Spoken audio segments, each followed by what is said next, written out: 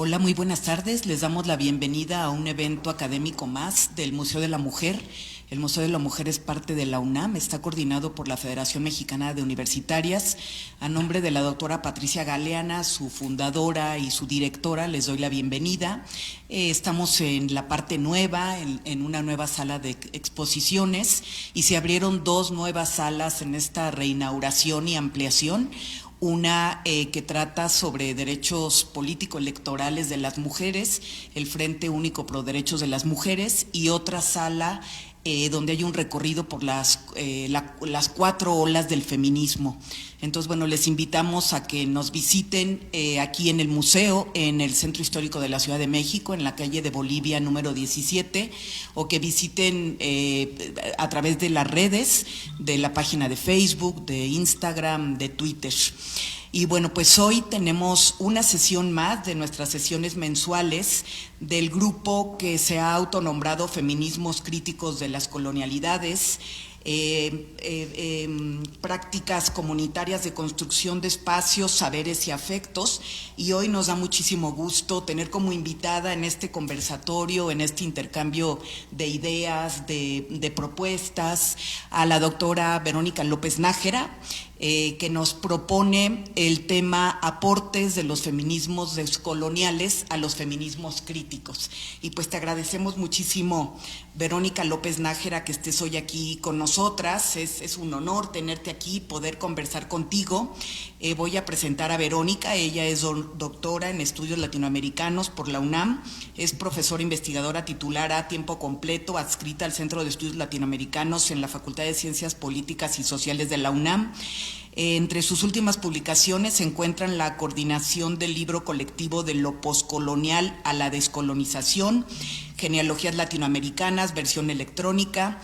Tiene otro libro de su autoría, Derrotada Política, Crisis Teórica y Transición Epistémica, los estudios post de descoloniales en América Latina, también publicado por la Facultad de Ciencias Políticas y Sociales de la UNAM, esto en el 2018. Sus líneas de investigación versan sobre la producción de conocimiento en América Latina, genealogías de las teorías descoloniales, feminismos descoloniales. También pertenece a la red de investigación interdisciplinaria sobre identidades, racismo y xenofobia en América Latina, la red Integra y la red de feminismos descoloniales. Bueno, pues es un gusto poder estar aquí contigo hoy, Verónica. Te paso el micrófono y como hemos hecho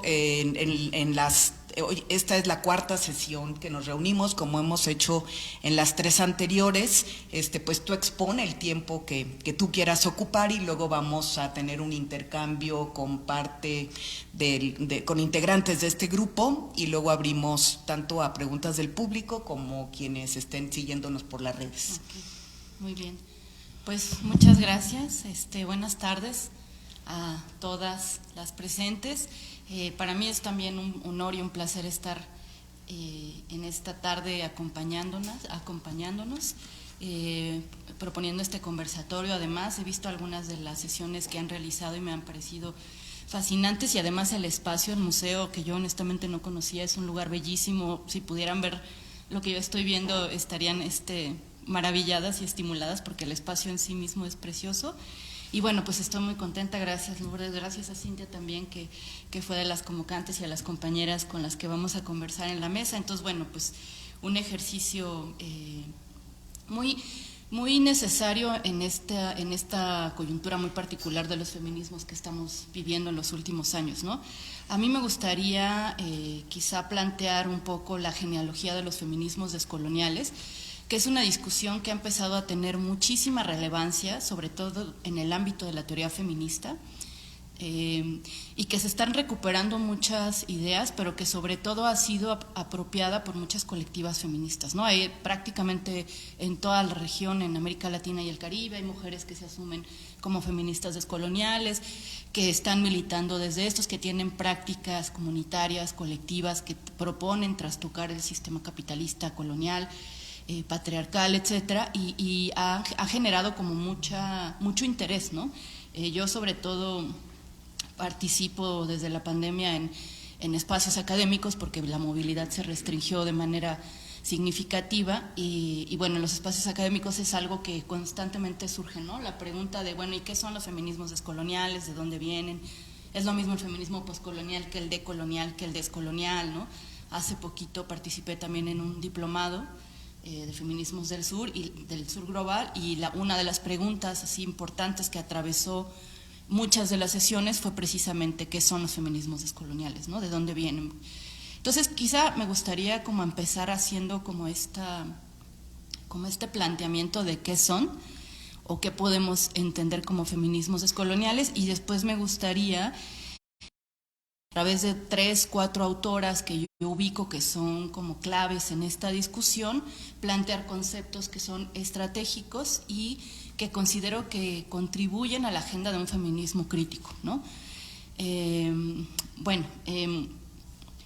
Pues además sí quisiera como incluso es digamos las implicaciones políticas de cada vertiente podrían ser quizá las distinciones más importantes, aunque bueno, a mí me parece que de fondo todas comparten un proyecto político, histórico que tiene como su eje principal pues criticar al sistema capitalista colonial, ¿no? Patriarcal. Entonces, bueno, pues en este intento de genealogía que quisiera como compartirles, pues me gustaría primero plantear que es distinto el feminismo descolonial del feminismo postcolonial, que vienen de trayectorias distintas y sobre todo pienso que la principal diferencia es como la densidad histórica del proceso colonial, ¿no? Es decir, no es lo mismo el proceso colonial del continente americano que dura 300 años, que inicia en 1492, al proceso colonial que va de los países africanos, algunas zonas del Caribe que después van a pasar a transitar a otros imperios, a ser colonias de otros imperios, en estas disputas geopolíticas que se van a dar en el siglo XVII, siglo XVIII, y la India, ¿no? Que va a ser también una parte importante digamos, del segundo periodo de colonización global, ¿no? Entonces, la primera diferencia a mí me parece que tiene que ver con esto, con la densidad de la temporalidad histórica y por tanto de las instituciones y de las matrices coloniales que esta historia posibilita que se genere, ¿no?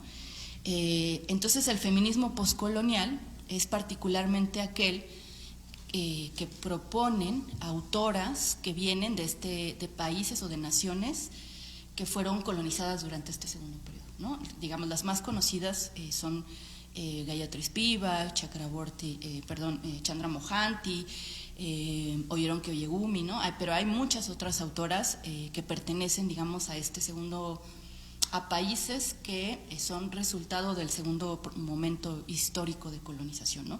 Y sus intereses, digamos, son más particulares, ¿no? Tienen como ciertas especificidades porque algo que va a ser importante en los estudios poscoloniales es el cuestionamiento de cómo se conforma la nación poscolonial, ¿no? En el siglo XX, pues porque además los procesos de descolonización para esta región del mundo se da ya en el siglo XX, mientras que en el continente americano pues se da en el siglo XIX y va a tener otras derivas, ¿no? Eso es también importante mencionar. Entonces, la experiencia poscolonial, digamos, tendría como esa particularidad o esa distinción.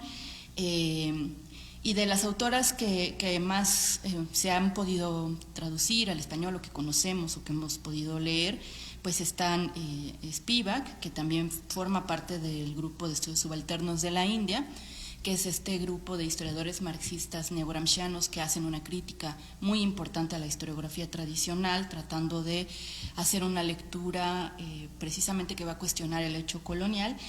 Y Spivak es muy reconocida por un texto que se ha leído también muchísimo, por los movimientos sociales sobre todo, que puede hablar el subalterno, ¿no? Que es finalmente una interrogante, que también va a abrir un gran debate porque, bueno, ella va a decir, pues al final en realidad el subalterno no puede hablar porque hay una dificultad o una incapacidad de escucha por parte del colonizador, ¿no? Que el sujeto colonial es un sujeto que habla en un lenguaje que no puede ser comprensido, no puede ser comprendido por el sujeto colonizador porque finalmente su concepción del mundo es eurocéntrica, es colonial. Entonces lo que sucede también es una subordinación epistémica que impide que el sujeto subalterno pueda hablar, no solamente hablar, sino ser escuchado, ¿no?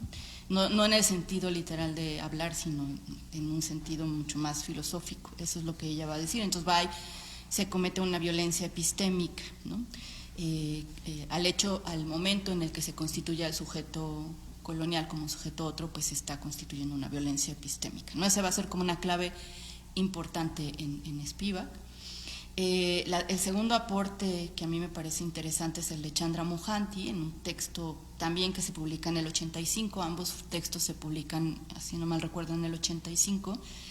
Chandra Mohanty en Bajo los ojos de Occidente, Academia Feminista y Discurso Colonial, va a ser una crítica muy interesante a la academia feminista, sobre todo norteamericana, que a través de las publicaciones periódicas de una revista, pues va a hacer como distintos análisis de las mujeres que ubicadas, digamos, en lo que en ese contexto se denominó el llamado tercer mundo, ¿no? Entonces, digamos, ya genéricamente hay una construcción ahí de mujeres del tercer mundo, y ella lo que va a decir es que en estos textos va a revisar una serie en particular y va a decir, bueno, lo que se está haciendo ahí en este ejercicio, en este estudio académico, en este acercamiento académico, pues es construir a la mujer del tercer mundo como un sujeto colonial, ¿no? O sea, ahí de nuevo vemos que lo que se está registrando es una violencia epistémica que está construyendo un sujeto colonial, porque ella va a encontrar 5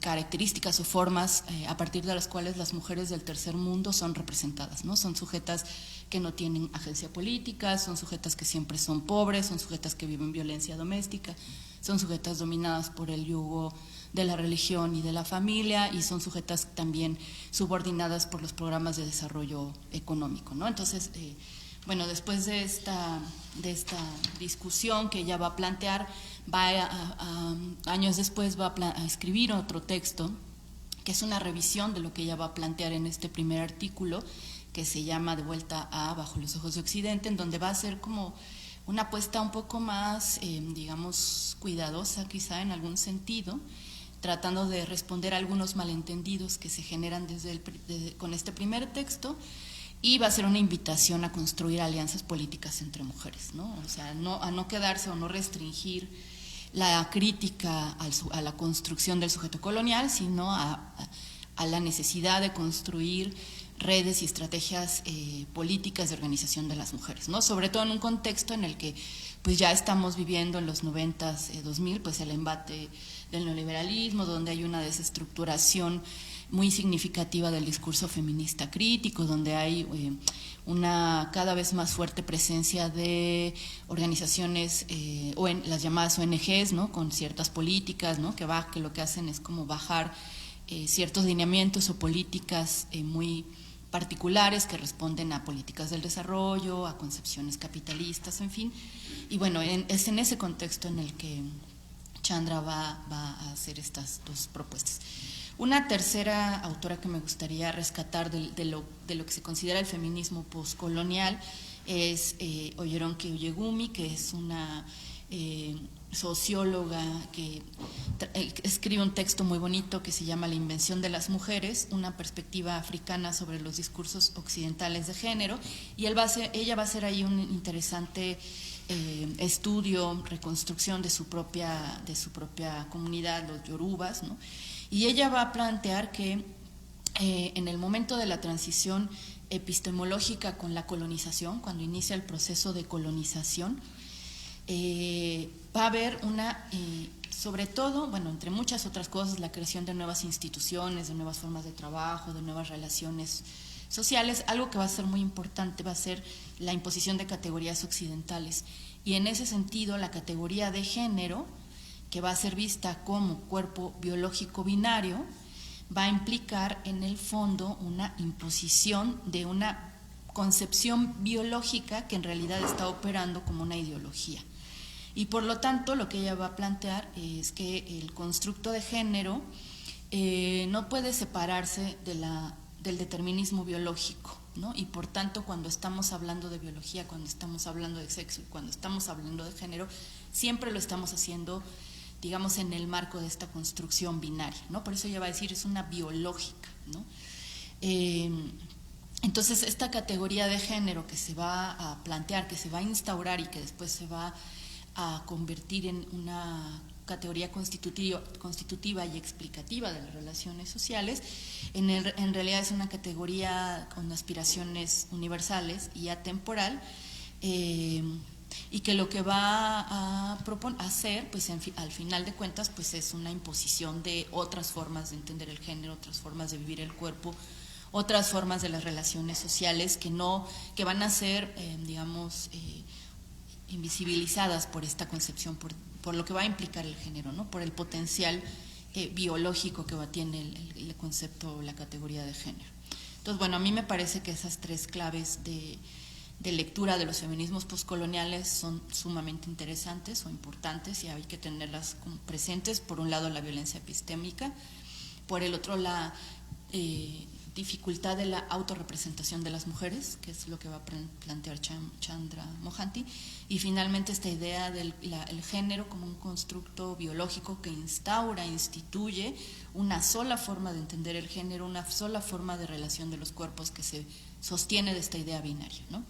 Entonces, bueno, en este avance de la discusión, cuando empieza, digamos, a extenderse lo descolonial, que yo entonces ahí diría la siguiente genealogía, que es la genealogía de América Latina o de la propuesta del pensamiento latinoamericano y caribeño, ahí habría quizá que hacer una pequeña mención del grupo Modernidad Colonialidad, que es este grupo de autores latinoamericanos que a partir de la década de los 90, sobre todo en el contexto de la conmemoración de los 500 años del descubrimiento de América Latina, bueno, de América y el Caribe, que organizan grandes eventos críticos a esta lectura del encuentro de dos mundos, del descubrimiento, ¿no? Y de los aportes culturales con este encuentro, con este encuentro de dos continentes. Bueno, van a crecer los movimientos,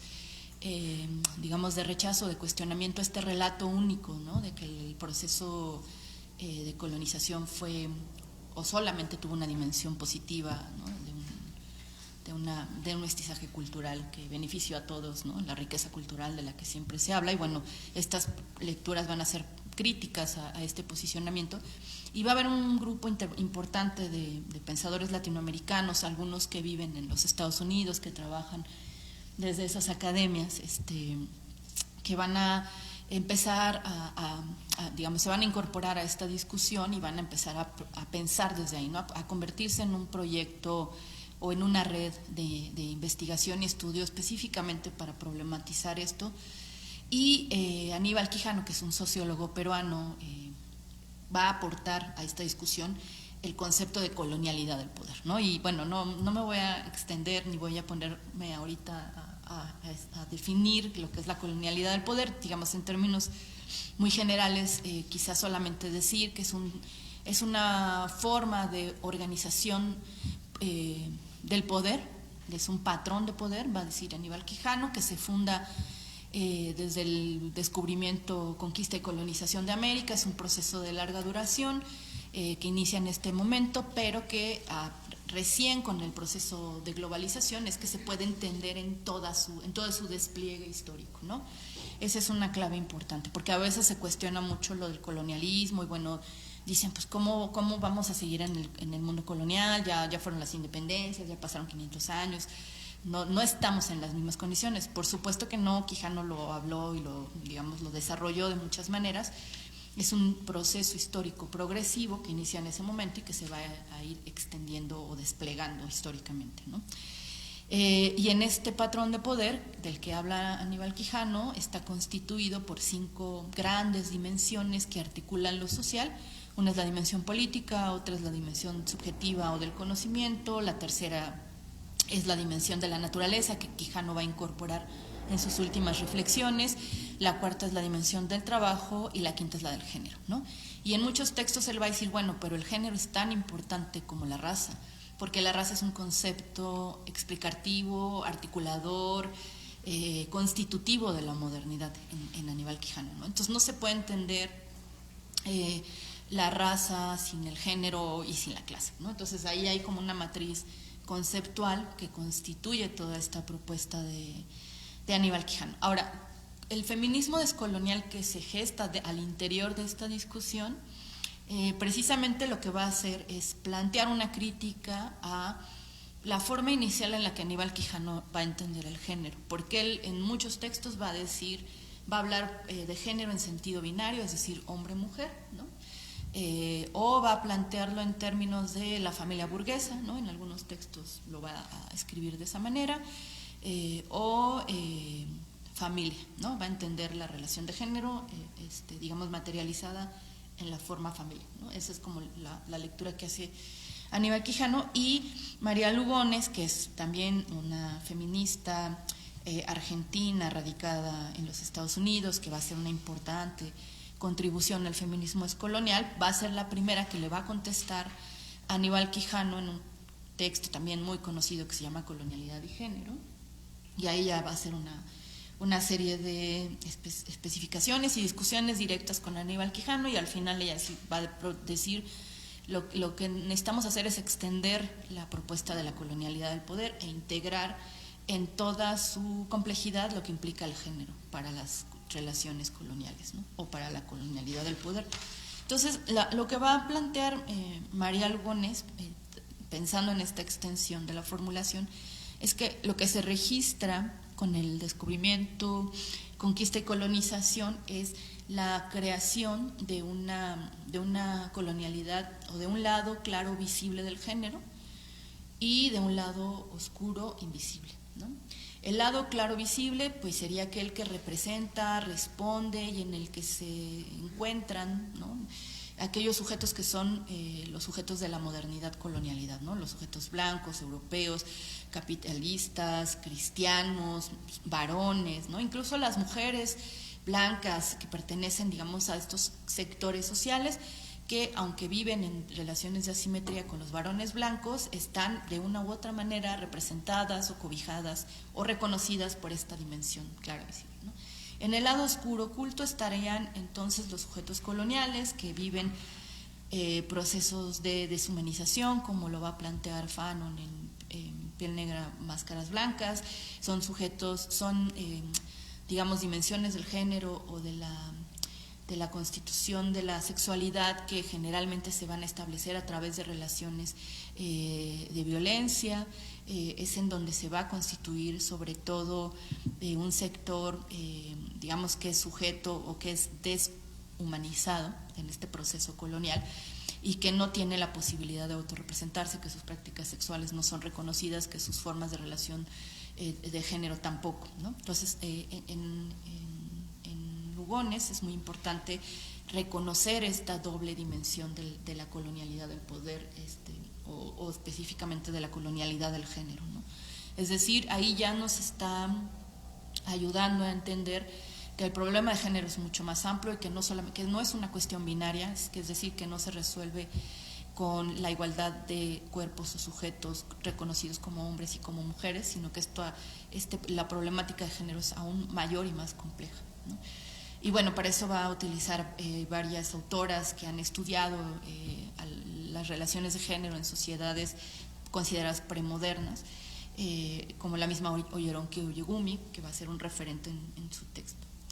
Y bueno, pues quizá un poco ya como para ir cerrando y más o menos ver si podemos hacer una primera parte de conversación o de intercambio.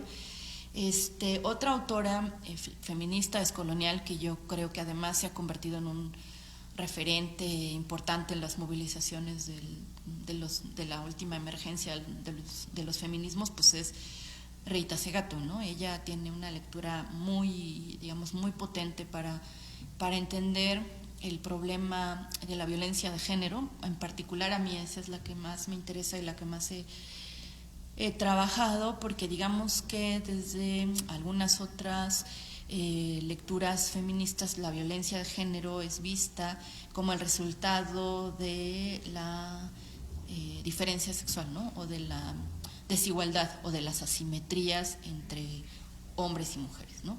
Lo cual pareciera que en este marco moderno, capitalista, liberal, pues podemos tener esta aspiración de desaparecer esta simetría, ¿no? O sea, si estamos pensándonos en este marco modernidad capitalista, en este proyecto histórico de la modernidad, pareciera que entonces es factible, ¿no? Desmontar la desigualdad entre los géneros. Y lo que va a hacer Rita es también problematizar y ayudarnos a entender que el problema de la violencia de género es mucho más complejo que esto, ¿no? No es solamente el resultado de las relaciones entre hombres y mujeres.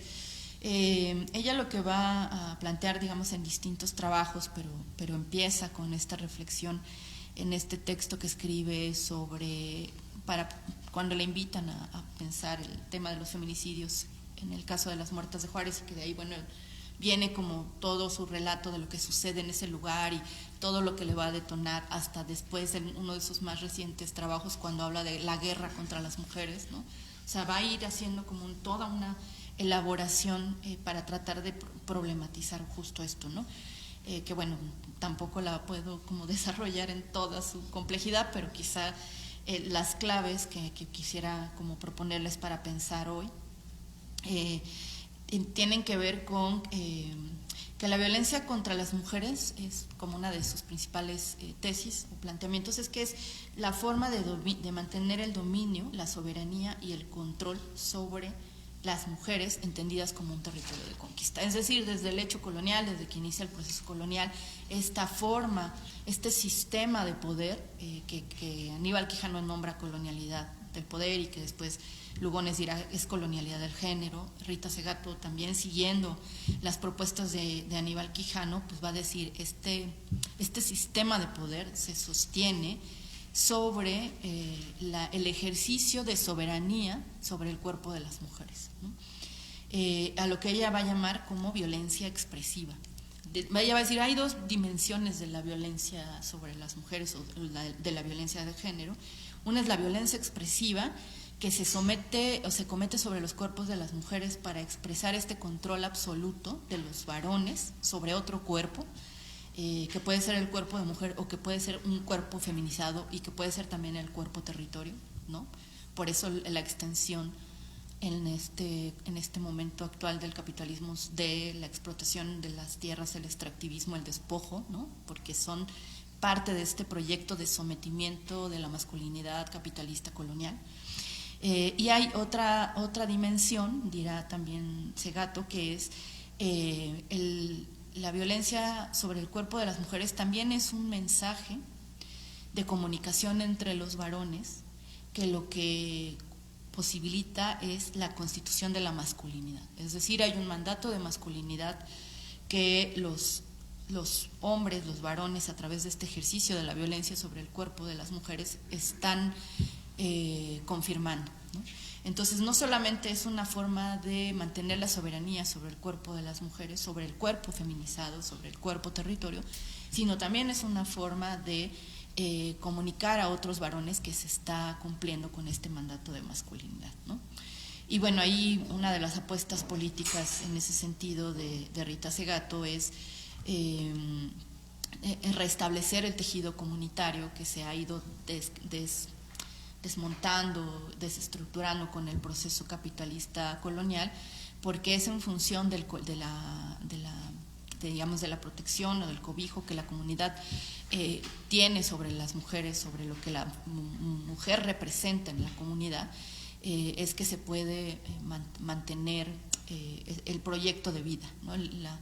La posibilidad de mantener la vida, y que una de las estrategias para desmontar el mandato de masculinidad implicaría precisamente superar esta concepción binaria del género, ¿no? Entonces, digamos, en varias de las autoras o en todas las autoras hay una posibilidad de superar este escenario violento en el que estamos inmersas, ¿no? En esta construcción del género binario que posibilita en unas sociedades organizadas de manera jerárquicamente a través de la raza y el género, si hay una posibilidad o si existe un proyecto de superación de esta maquinaria de muerte, como como la han llamado también las zapatistas, los zapatistas, y que una de sus distintas tramas implicaría superar el mandato de masculinidad, ¿no? Bueno, creo que lo puedo dejar aquí, a lo mejor fui demasiado abstracta, no sé, y si quieren ahorita podemos hablar como de las opciones o algo así. ¿Sí? Ok, no, pues muchas gracias. Gracias a ti, Verónica. Pues como decía, vamos a intercambiar ideas, a hacer algunas preguntas, comentarios, y le voy a dar en primer lugar, le voy a pasar el micrófono a la doctora, ¿te parece bien? A Cintia Martínez. Bueno, profesora de la Facultad de Filosofía y Letras de la UNAM, ahora también académica de la Universidad de Oregón, y pues una de las organizadoras de estos conversatorios de feminismos críticos.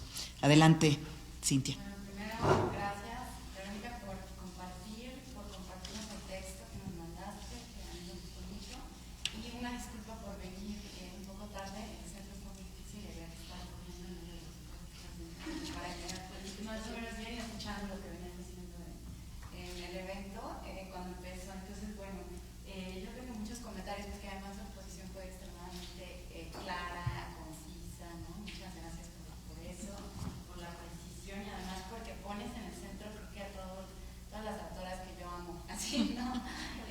Mohanty, Rita Gato, bueno, todos les autores, ¿no? Pero cuando mencionaba sobre toda esta discusión tan importante, gracias, tan importante entre Quijano y Lugones, que además, como bien dices, no es el inicio de un área de estudios que son estos estudios descoloniales que van a girar, y creo que es un giro muy interesante porque dentro del proyecto Modernidad Colonialidad sí había una, qué sé yo, creo que no sé si poca escucha, ¿no? O poca atención a lo que las mujeres ahí hacían, ¿no? O sea, teníamos a muchas autoras representantes, pero no se citan mucho ni se comentan. Entonces, que tú hayas recuperado esa discusión tan importante me gusta, porque podemos saltar de pensar en sistema moderno colonial a esta propuesta tan importante de Lugones, sistema colonial de género, ¿no? Y yo tengo una pregunta, porque mencionaste algo que me gustó mucho, ¿no? Y deja ver tu conocimiento de Quijano, sobre todo esto que dices, ¿no? Para Quijano no hay una prioridad de raza sobre las demás, sobre todo, ¿no? Ya más, creo que entiendo que a partir de sus últimos escritos, sin embargo, hay una estructuración, ¿no? Por cómo entiende él el sistema moderno colonial como el eje que permite entender, digamos, como el lado oscuro de la conquista, ¿no? Del capitalismo, y a la vez que articula el origen, ¿no? De lo que podemos entender, como bien dices, después de la conquista, en tu texto. Y aquí me gustaría, si pudieras profundizar entre, digamos, esa lectura más canónica, que es la lectura que recupera Lugones en su texto Colonialidad y Género, que creo que sí tiene en el centro el tema de la raza, en la conquista, y ella lo que hace justo al articular sistema colonial de género, es decir, son igual de importantes, y por eso es tan potente, ¿no? Y tan original.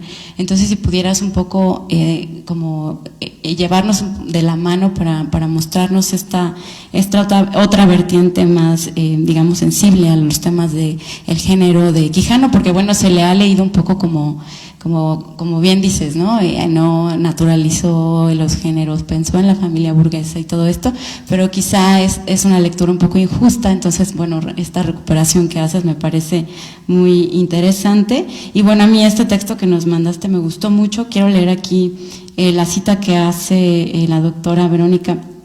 Sobre todo retoma las palabras de Segato,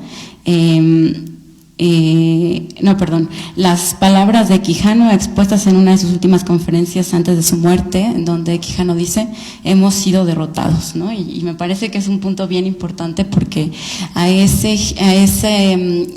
grupo Modernidad, Colonialidad, creo que le viene bien pasar por esa conciencia de que justo el tener siempre como punto ciego el asunto del género podría revitalizar mucho los debates, ¿no? Y después ya dices que, aquí voy a citar, ¿no? Ya la reacción de Segato a esta afirmación de Quijano, aquí la cito: es la historia de los proyectos de liberación que emanan de una historia patriarcal y de un estilo patriarcal de hacer política que ha sido reiteradamente derrotado. Entonces a mí me gusta mucho que pensemos en que este feminismo descolonial que nos vienes aquí a presentar sale un poco de igual el reconocimiento de esa derrota, lo cual no significa que hagamos a un lado los aportes, ¿no? O sea, justo mucho cuando nosotros vemos estos textos en clase, decimos, no, bueno, a ver, no se trata de decir, ya Quijano no nos sirve para nada, porque un ejemplo de que sí que sirve es Lugones retomando, ¿no?, todo este lugar que Quijano, bueno, y que Dussel y que Santiago Castro Gómez y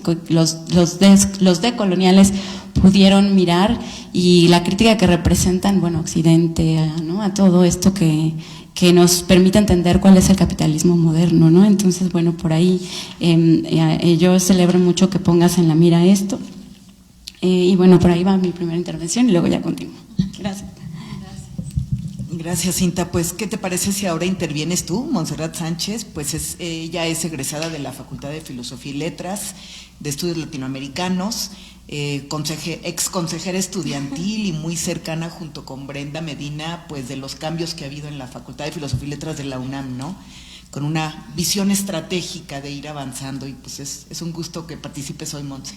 Ay, muchísimas gracias, bueno, en especial como por la invitación, por la ponente. Una disculpa por llegar tarde, pero de verdad el tráfico estaba súper feo, ¿no? Bueno, lo que alcancé a escuchar y sumado como a la lectura, ¿no? Hay como un montón de puntos que igual me parecieron muy, muy interesantes, ¿no?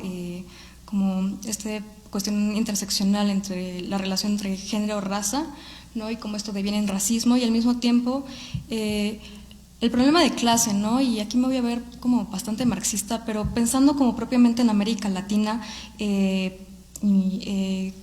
cómo pensar la cuestión de clase en América Latina, ¿no? Es decir, la cuestión burguesa, ¿qué es la burguesía?, ¿qué es la aristocracia?, el proletariado, ¿no? Y cómo estas cuestiones, que repito, no son nada sencillas, como pensar propiamente en América Latina, cómo afectan también esas estructuras de poder, ¿no? Porque, o sea, bueno, pensando en el siglo XIX, ¿no? La burguesía en Europa era una burguesía revolucionaria, ¿no? Y aquí realmente es como una burguesía sumamente trágica, de la cual hacemos muchísima burla, pero al mismo tiempo, ¿no? Pensando como un sistema de capitalismo global donde el proletariado pues sigue siendo oprimido, y yo creo que esa es una cuestión visible en América Latina. ¿Cómo está afectando todas estas cuestiones en estas relaciones de poder, ¿no? En esta colonialidad del poder? Digo, para mí no es como un tema sencillo, porque me cuesta mucho trabajo pensar o tratar de esclarecer qué es la clase en América Latina, ¿no? Yo creo que si pensamos en Europa, incluso en Estados Unidos, es como muy fácil poder pensar en la burguesía, y al mismo tiempo pensando en un capitalismo global, la cuestión financiera, ¿no?, del capitalismo. Eso no es una burguesía, la clase financiera, ¿no? Porque al mismo tiempo no hay una cultura burguesa dentro de este sistema, ¿no? O sea, este sistema global capitalista, cómo pensar estas afecciones en pleno siglo XXI, ¿no? Creo que en el siglo XX podría ser más fácil de entenderlo, pero en pleno siglo XXI, ¿cómo pensar esto? Son como mis dudas. Muchas gracias. Gracias, Monse. Pues ahora tú, Brenda. Brenda también, pues egresada de la Facultad de Filosofía y Letras, de Pedagogía, es adjunta en varias asignaturas en la facultad, y bueno, también muy activa dentro de la facultad, y también apoyando mucho que las mujeres organizadas, las MOFIL de Filosofía y Letras, pues pusieron como requisito que la asignatura que se está impartiendo, que se llama Género, Violencia y Ética Comunitaria del Cuidado, tuviera 3 ejes, y uno es que fuera decolonial, feminista, decolonial, comunitario, y no me acuerdo cuál es. Y ético. Y bueno, sí, una ética del cuidado, pero Género, bueno. Violencia y ética comunitaria. Ajá. Y bueno, Brenda también fue parte, ¿no?, de estos diseños de la asignatura. Adelante. Sí. Muchísimas gracias, Lourdes, y muchísimas gracias a ti, Verónica, y a quienes nos acompañan en la transmisión o aquí presencialmente en este nuevo modelo híbrido de la pandemia. Primero agradecerte por tu exposición porque es bastante clara, igual que el texto que nos enviaste. Sí está muy hilado la genealogía que presentas. Algunas de las cosas que a mí me llaman la atención y que resaltan, y más por la parte que tengo del trabajo que realizo en pedagogía, que está enfocado en entender la violencia de género en las instituciones de educación superior y de los feminismos universitarios, es todo este aspecto que tiene que ver con el origen colonial de la universidad, y en este caso de cómo llegó la universidad en América Latina, porque la universidad no nació en América Latina, es de origen medieval, y su modelo fue importado aquí en la colonia, y cómo después de siglos siguen habiendo formas de operar de la colonia, de las dimensiones que tú mencionas bien, que retomas de Aníbal Quijano, que siguen operando en las universidades, que siguen muy visibles, incluso en esta que es la máxima casa de estudios, ya no de América Latina, de México. Y en este caso, por ejemplo, a mí me llama la atención que de estas dimensiones que retomó Aníbal y que lo hacen otros autores sobre temas poscoloniales y decoloniales, a veces dejan de lado la parte pedagógica o educativa, salvo el caso de Rita Segato. ¿Y por qué aquí voy a hacer un énfasis? Porque hay una forma en la que opera la colonia y el saber en cómo se produce el conocimiento y cómo ese conocimiento educa a quienes van a ejercer una profesión en las universidades, y cómo a partir de ahí ya hay cuestiones que atraviesan de clase, raza y género sobre quién entra a la universidad, quién tiene el capital cultural para estudiar ahí. Y eso lo hemos analizado, por ejemplo, con el feminismo poscolonial, cómo después de todo esto sigue operando, y quien lo ha expresado mejor es Rita Segato. Entonces, por ejemplo, a mí me gusta retomar de todo este análisis genealógico que has hecho, me hace pensar en cómo siguen imperando en la actualidad cuestiones de raza, de clase, de género, hasta de orientación sexual, de edad, en quienes sí tienen oportunidades para acceder, y una vez que acceden, qué saberes se legitiman para que puedan aprender y puedan incluso graduarse y ejercer un título o incluso un posgrado, y quienes no pueden, y a partir de ahí cómo se crea una estratificación que produce que las personas puedan tener cierta legitimidad o no a nivel social y a nivel económico. ¿Quién tiene título universitario? ¿Quién puede ejercer? ¿Quién se aprendió con todo? Y que se supone que en la modernidad todos o todas o todos tenemos derecho a la educación. Y cómo a partir de ahí incluso todas estas formas que se siguen reproduciendo a nivel social siguen vigentes en la academia. ¿Quién sí tiene una plaza? ¿Quién es de asignatura? No, o sea, una viejísima discusión que tenemos en la universidad. Entonces, o sea, al menos para mí particularmente sí creo que es importante, que no debería de dejarse de lado la dimensión pedagógica. Y aquí se hago una diferenciación de por qué pedagógico y no educativo. Porque cuando hablamos de lo educativo hablamos de cómo las personas se forman y pueden desarrollar sus capacidades. Pero cuando hablamos de lo pedagógico es cuando pensamos en cómo se produce lo educativo, cómo influye la sociedad, la familia, las instituciones educativas, y en ese sentido cómo todos estos saberes coloniales, todos estos conocimientos que se produjeron, que venían de Europa, por ejemplo, con esta introducción que hubo de las universidades, del modelo de Salamanca, que no es propiamente el pasado de la universidad, porque aquí sí hay una diferencia entre la universidad que se funda en 1910 y la Real Universidad, pero sí es importante considerar que las viejas prácticas que las siguen haciendo parecer, siguen siendo pues de una universidad decimonónica, por no decir que medieval, porque existen de verdad muchísimas prácticas que siguen muy vigentes, y que esas prácticas además siguen reproduciendo formas de operar que violentan, incluso en cuestiones de género, que no se ven solo en el momento en el que una alumna emitió una denuncia, o que una profesora se desconcierta el por qué, teniendo más años y más títulos y más grados y más cosas, le dieron la plaza a su compañero varón, ¿no? Sino cómo todo esto sigue operando en la medida en que sigue generando estructuras que no permiten que se logre, digamos, desestimar esa desigualdad o esas condiciones. Entonces, sí me gustaría eso como planteártelo para ver como qué problematización tienes, porque sí también sé que hay pocas autoras y autores, Walter Miñolo o esta Rita Segato, de verdad sí son pocos o pocas autores que han problematizado lo poscolonial o lo descolonial en la universidad. Y ahí termino mi participación. Gracias. Gracias, Brenda. Pues bueno, yo también voy a aprovechar. A mí me gustaría, bueno, agradecer tu recorrido histórico genealógico, ¿no? Que es muy claro y nos ayuda mucho. Y bueno, yo me quedé pensando mucho en esta parte del judeocristianismo que atraviesa la construcción de las subjetividades, sobre todo en nuestra región, y que tiene que ver con los prejuicios, los roles, los estereotipos, los mandatos de género. ¿Y cómo pensarías tú ahorita, por un lado, las alianzas hacia el avance de lo que podríamos llamar un marco liberal de derechos, sobre todo, no sé, en autodeterminación sexual y reproductiva?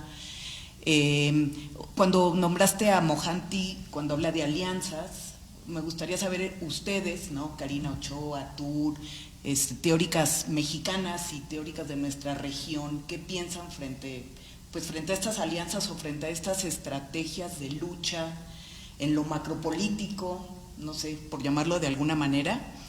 Y por otro lado, pues en relación a estas discusiones de la categoría sexo y género, ¿no?, que se ha dado, ¿cuál sería como la postura de ustedes y en específico de Verónica López Nájera?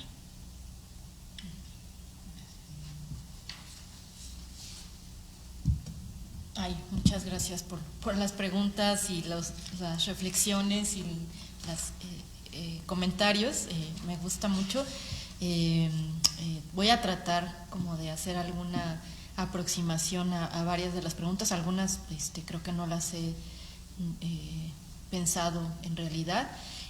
Sobre las mujeres desde la red Modernidad Colonialidad, sí, justo ahorita que me estabas haciendo la pregunta o el comentario, pensé inmediatamente en Catherine Walsh, ¿no?, que estuvo ahí desde el inicio, Silvia Winter, la misma María Lugones, que estuvo también al inicio de todo este movimiento, claro, y que probablemente no fueron o no en su contexto no hicieron el énfasis que después se pudo hacer de la discusión de género, ¿no? O sea, como que en los 90s me parece que la discusión todavía era mucho más histórico-estructural por el contexto que se estaba viviendo, por las grandes transformaciones por las que estaba pasando la humanidad, porque estábamos en este contexto de los 500 años, la globalización, el discurso posmoderno. Entonces creo que ahí todavía el marco reflexivo era como más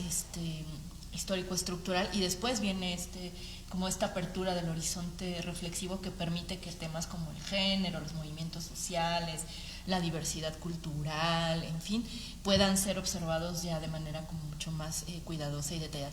Seguramente en algunos de los muchos encuentros que se hicieron y de los libros que se publicaron, porque ahí hay mucho material que todavía no se conoce o que solamente existen notas, no lo sé. Debe haber discusiones sobre el género, ¿no? Porque claro que sí estuvo presente, entonces habría ahí como que hacer el trabajo de rastrear qué más hay, ¿no?, qué se quedó ahí guardado en el tintero.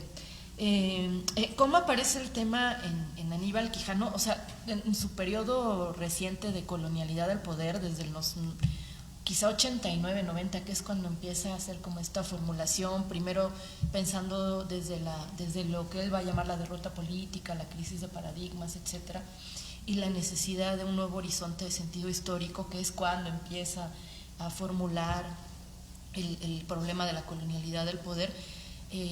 Desde ese momento ya está como parte constitutiva de las 4 dimensiones que él va a plantear, ¿no? El género siempre va a estar ahí, va a ser detectado desde el inicio como un problema constitutivo, aunque a veces en distintos textos va a utilizar palabras distintas, ¿no? Familia burguesa, ¿no?, por ejemplo, o en algunos otros sí hablará de género, ¿no?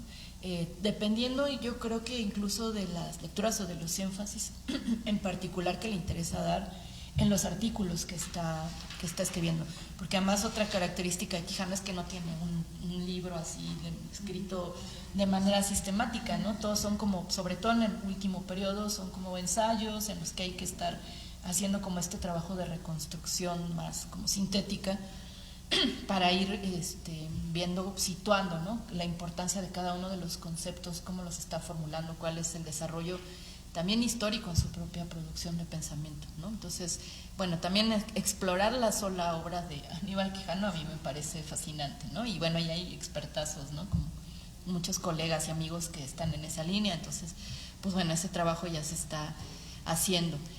Pero sí, desde el inicio, por lo menos de la colonialidad del poder, es parte fundamental.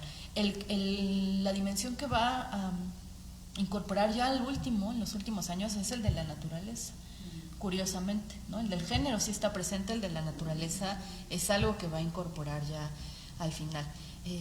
Y a mí esta idea que retoma Segato de Aníbal Quijano, de que hemos sido derrotados, me parece fascinante, ¿no? Y hay como un potencial crítico que todavía podríamos como seguir explorando, porque, por ejemplo, respecto al Estado, él va a decir que la relación con el Estado es compleja y que se puede estar dentro y en contra, ¿no? O sea, que no hay una afuera, que me acuerdo que cuando él pronuncia este discurso de hemos sido derrotados creo que fue un congreso de Alas en Costa Rica, siguiendo un poco esta idea de la derrota política, él va a decir, bueno, lo que queda, además en el contexto del auge de los gobiernos progresistas, pues obviamente hay un posicionamiento político y una lectura distinta, ¿no?, de la relación con el Estado.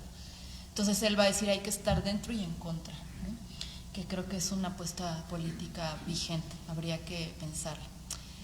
Entonces, bueno, no sé si logré como contestarte tus preguntas. Montserrat, además eres latinoamericanista. A mí además me causaba mucha emoción este conversatorio, porque yo soy egresada de filosofía y letras, ¿no? Y sí siento que la forma de conversación incluso es como distinta a la de que se tiene en ciencias políticas, ¿no? Entonces, bueno, me siento así como más más en tus orígenes. Sí, como tu alma mater. En mis orígenes. Híjole, el latinoamericano yo creo que es como, tiene como esa discusión en el centro, ¿no?, la dimensión de la clase. Yo como la he pensado, la propuesta de la descolonialidad o de lo decolonial, la discusión, entre uno de sus referentes importantes es la teoría de la dependencia, ¿no?, precisamente porque la teoría de la dependencia va a ser una crítica radical a esta forma de entender la modernidad, el capitalismo, los medios de producción, las formas de producción, los modos de producción, ¿no?, que va a ser una discusión muy importante entre los 50, 60 y 70, que precisamente se detona con la pregunta sobre todo en la historiografía latinoamericana, de qué tipo de sociedad tuvimos al momento, digamos, en los primeros años de la colonización, ¿no?, si fuimos sociedades feudales o capitalistas, ¿no? Y ahí Bagú va a plantear esta tesis interesantísima del capitalismo colonial, ¿no? Él va a decir, había instituciones propiamente modernas, ya había una mentalidad empresarial, emprendedora, o sea, ya había una concepción incluso mercantil, por tanto, no éramos sociedades feudales porque no estábamos organizados de esa forma, no se producía la tierra de esa forma, las relaciones de intercambio no eran feudales, eran ya propiamente capitalistas, ¿no? Entonces, bueno, ahí va a sentar una clave importante. Y después, lo que van a plantear los autores de la dependencia y después la propuesta de Aníbal Quijano de la colonialidad del poder, es esta conformación histórica heterogénea, ¿no? O sea, nuestras sociedades nunca se configuraron como las sociedades modernas, capitalistas, europeas, con formas de producción homogéneas. Nuestra característica siempre fue la heterogeneidad, la constitución heterogénea de todo, ¿no? Lo cual significaba que hasta la fecha coexisten y conviven formas desde el autoconsumo y el trabajo servil, la semiesclavitud con relaciones de capitalistas, ¿no?, que están articuladas con el mercado global. Esa es una de las características fundantes y muy significativas de las sociedades latinoamericanas. Por eso los proyectos de desarrollo, los proyectos de modernidad, todos esos proyectos no terminan de cuajarse, por eso siempre estamos como a medio camino, ¿no? O sea, tú dijiste ahorita que nuestras clases son nuestros... Nuestra burguesía no es revolucionaria. Exacto, ni es revolucionaria, y dijiste Ni melancólica o trasnochada. O sea, todo eso no hay acá porque por esta configuración heterogénea, ¿no? O sea, por esta coexistencia de modos de producción que implica también modos de relación, formas incluso en las que se expresa el capital, las relaciones capitalistas, ¿no? Que tampoco están plenamente constituidas, ¿no? Yo hice mi estancia de investigación precisamente del doctorado en Bolivia, y tuve la oportunidad de ver cómo, por ejemplo, ahí la forma la forma comunitaria coexiste con las formas capitalistas de producción y comercialización en los grandes circuitos financieros globales, ¿no? Entonces, esas contradicciones me parece a mí que son el origen de que no se puede hablar de una clase como tal. Incluso el concepto de campesino o campesinado, que también es una forma de tratar de incorporar a las sociedades latinoamericanas en esta concepción de las clases, ¿no? Bueno, pues como no hay una clase proletaria mayoritaria o está en pleno proceso de constitución en el siglo XX, pues hay que llamarlos campesinos, ¿no? Y entonces el campesino es entendido como una clase, pero en realidad el campesino es un indígena comunitario que tiene tierras, ¿no? que vive de la tierra y del autoconsumo. Entonces, esa discusión es súper interesante, ¿no? Entonces, bueno, yo lo dejaría así como nada más planteada. La teoría de la dependencia yo creo que ahí tiene mucho que decir, y lo que después va a rescatar en la teoría decolonial, siguiendo un poco estas ideas, ¿no?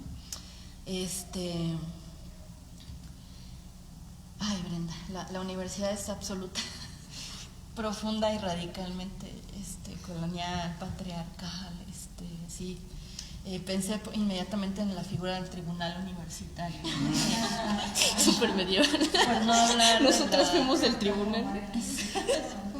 Por no hablar de la junta de gobierno. Bueno, todas estas estructuras que tienen sus claroscuros, ¿no? Porque puede haber cosas tan hermosas como este espacio y la posibilidad de discutir cosas muy importantes, porque finalmente pues sigue siendo una universidad pública que responde a un proyecto de nación, ¿no? Moderno también, finalmente ahí está implicada la modernidad, pero como parte de estas estructuras heterogéneas, pues no alcanza a ser plenamente una universidad moderna, ¿no? en la que las relaciones realmente sean igualitarias, libres, ¿no? Y al interior pues reproducimos todas estas formas o todas estas prácticas pues que venimos arrastrando desde la organización colonial, ¿no? Estoy pensando en prácticas propiamente racistas, ¿no? Ahorita que está tan de moda lo del bueno, no quiero hacer un comercial, pero lo de Sonora Grill. Este lugar que además ha detonado también cosas bien interesantes. Alguien por ahí posteó en el Facebook que esas relaciones también las vivió en la Facultad de Ciencias, ¿no? Que es donde ella estudió, y que había demasiada piel blanca, ¿no? O sea, y que finalmente... ¿Quién dijo eso? En un tuit apareció. Sí, está... Sí, Bueno, son discusiones bien interesantes que evidentemente pues están ahí, ¿no? Y que son de las... ¿Cómo descolonizar la universidad? Híjole, pues quizá primero empezando por hablar de estas cosas, ¿no? Yo creo que hace 10 años no se hablaba de esto, ¿no? Y no se problematizaba, no sé, hace 10, 15, 20 años, cuando yo estudié en la facultad, pues estas formas eran todavía como más lapidarias, ¿no? ¿Sabes? O sea, estaban encima y no podías romper esas estructuras, ¿no? Era prácticamente inamovible. Ahora creo que el hecho de que se pueda discutir y plantear y problematizar, pues finalmente como que da la posibilidad de hablar de todo esto que es bastante complejo. Luego a mí me gustaría preguntarte a ti, ¿por qué como parte, digamos, como estas 3 dimensiones del plan de estudios entró la feminista descolonial? A mí me gustaría mucho que nos compartieras esa historia, porque fíjate que en el diplomado que dimos había una profesora que lo tomó y que mencionó que durante la toma, si no eras feminista descolonial, no eras bien recibida en las tomas. Y yo, ¿a poco? Yo no lo viví así, a lo mejor porque yo soy feminista descolonial y nunca lo viví así, pero no sé, me quedó ahí como la duda, ¿no? Y entonces, a ver si ahorita nos comentas. ¿Quieres comentar primero? Si quieres responder a Lourdes su pregunta y ahorita les cuento la historia. Híjole, de las alianzas, por supuesto. O sea, yo creo que estamos viviendo en un contexto de violencias tan brutal que todos los espacios y todas las formas posibles son absolutamente necesarias y son ganancia, ¿no? O sea, todo, no sé, a veces en ciertos espacios quizá podemos cuestionar, por ejemplo, la política institucional de género de la UNAM, que ha tratado de hacer una cantidad de cosas impresionantes, ¿no? Tú lo sabes, lo sabemos, muchas hemos participado en varios de los espacios que se han ido creando, que se han disputado, que se han conquistado, y pareciera ser insuficiente, ¿no? Al final pareciera que no lo logramos y no lo logramos. Entonces, bueno, a mí por eso me parece tan iluminador el feminismo descolonial y las propuestas de mujeres como Rita Segato, porque creo que ellas tienen como la claridad de ver, bueno, a lo mejor no podemos desde la estructura institucional que es moderna, capitalista, colonial, realmente hacer grandes transformaciones, pero sí podemos desde abajo, desde lo colectivo, desde lo comunitario, empezar a construir otras estrategias que creo que finalmente son las que pues han impulsado las grandes transformaciones que se han estado dando, no solamente en la UNAM, yo creo que en muchos espacios, específicamente pensando en el tema de la violencia de género. Bueno, pero evidentemente esto es un cambio de larga duración, no va a cambiar porque reformemos un plan de estudios, no va a cambiar porque, o sea, es un proceso mucho más amplio, complejo, generacional, yo diría, ¿no? Entonces, bueno, yo creo que por supuesto que sí hay que aprovechar, que apropiarnos también de esas herramientas y también reconocer los límites que tienen, ¿no? Porque claro que hay también ciertos límites desde la institucionalidad o desde el marco propiamente liberal, ¿no? Pero habría ahí, a lo mejor un poco retomando esta frase de Quijano, pensar en estar en contra desde dentro, ¿no? Creo que es una posibilidad. Por ahí creo. No sé si quieres contarnos. Mira, es una historia bastante polémica. Primero porque es algo que no salió ni en comunicados ni nada oficialmente, sino son cosas que pasaron durante la toma. Cuando estábamos adentro, sobreviviendo a las condiciones de tomar la facultad y todo lo que se estaba desencadenando mientras había cambio de rectoría y ya toda la violencia que ha habido en el país y la universidad. Lo que empieza a pasar aquí de por qué surgió esa demanda es primero el contexto de la facultad, que ya había muchas denuncias, pero también en el marco de las denuncias por violencia de género ya se estaba hablando de la discriminación a la comunidad LGBT, sobre todo a personas trans, no binarias, queers. Y en el marco de esas discusiones ya había habido rupturas entre las colectivas y organizaciones feministas que de alguna manera habían coincidido con la toma y de alguna manera le habían dado continuidad al movimiento de mujeres organizadas en MOFIL, que este movimiento surge en 2017 a partir del caso de Lesbi. Y durante las tomas ya se había dado la discusión de quiénes sí estaban luchando y llevando procesos con compañeras trans, con personas no binarias, etcétera, y quienes no, porque no coincidían. Sobre todo que aquí hubo dos corrientes que lo dejaron muy marcado: quienes eran más latinoamericanistas decoloniales y quienes eran radicales, y así se abanderaban, o lesbofeministas radicales. Ya estaba yo como adjunta, Monse también, nosotras ya habíamos sido consejeras, ya habíamos sido activistas, ya nos habíamos peleado con la dirección, ya habíamos sido parte del tribunal, ya habíamos visto de todo. Y Cintia le tocó y a Lourdes también. Y entonces, ¿qué nos pasa a nosotras? Ya, por ejemplo, mis alumnas ahora eran las paristas, yo ya no era parista, ya era adjunta, ya no podía yo volver a rayar igual CU. Entonces, cuando empezamos a ver estos temas en el último paro, aquí lo interesante es que otra vez esta discusión reaparece. Y en esta ruptura que se da otra vez entre quienes eran alumnas inscritas hacia lo decolonial y hacia lo radical, se pelean, se hacen como dos grupos, y ahí en esa disputa que ya se estaba jugando el tema de que ya se había propuesto el pliego petitorio de 11 demandas, Nosotros ya habíamos hecho algunas propuestas, como reformar el artículo 95, cursos con perspectiva de género. Sale la demanda de crear la materia de género. ¿Por qué? Porque nos dimos cuenta al discutirlo esto con la comunidad que hacía falta que se problematizara cuestiones de género, porque en el bachillerato universitario no lo tienen ni en orientación educativa ni de manera transversal en todo su plan de estudios, ni en prepas ni en CCH. Entonces la idea era crear una materia que pudieran cursar de manera general todas las carreras, porque no se podían modificar cada plan de estudios. Se estaban reformando todos los planes de estudio en 2019, ya existía una malla curricular, ya habían existido discusiones de cada comité académico y no podías de golpe solo eliminar una materia para meter algo de género propio. Y en esa discusión de qué iba a llevar la materia, se presentó esta demanda, como todas las demás, al Consejo Técnico, y el Consejo Técnico con la Comisión de Género y la Comisión Tripartita Autónoma hacen un evento público en pandemia en YouTube, donde se escuchan las propuestas de toda la comunidad de la facultad.